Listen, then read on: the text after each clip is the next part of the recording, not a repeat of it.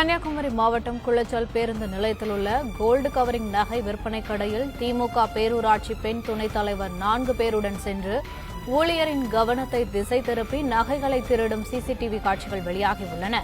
இதுகுறித்த கூடுதல் விவரங்களை எமது செய்தியாளர் கண்ணன் வழங்க கேட்கலாம். வணக்கம் கண்ணன், விவரங்கள் என்ன?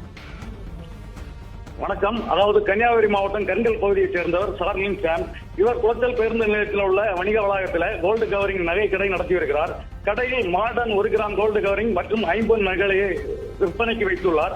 இந்த நிலையில கடந்த 15ஆம் தேதி பொங்கல் பண்டிகை என்று கடையின் பெண் ஊழியர் தனியாக இருந்த போது அங்கு வந்த 4 பெண் 1 ஆண் என 5 பேர் கொண்ட கும்பல் பெண் ஊழியரின் கவனத்தை திசை திருப்பி தங்கமுலாம் பூசிய 7 காப்பு, 14 தாலி சங்கிலி, 12 நீளமான சங்கிலி, 3 ஐம்பொன் செயின், 3 பிரேஸ்லெட் என சுமார் 1 லட்சம் ரூபாய் மதிப்பிலான நகைகளை கொத்து கொத்தாக திருடி கட்டை பையில் வைத்து எடுத்து தப்பி சென்றுள்ளது.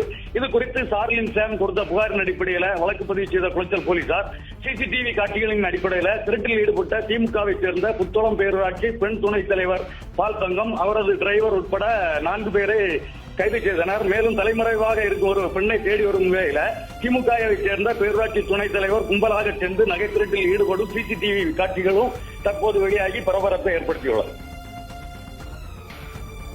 விவரங்களுக்கு